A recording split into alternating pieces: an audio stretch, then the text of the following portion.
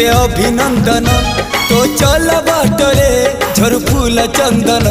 तो चल बाटरे झर फूल चंदन समयर चक्का भौरी घुरे घुरे फुले कांदनालो चढ़ीबु तू फूल सवारी धीरे धीरे फुले कांदनालो बाहाघर सुख परा विधाता देइछि तोते विरह वेदना सबु सहिबाकु हब मते।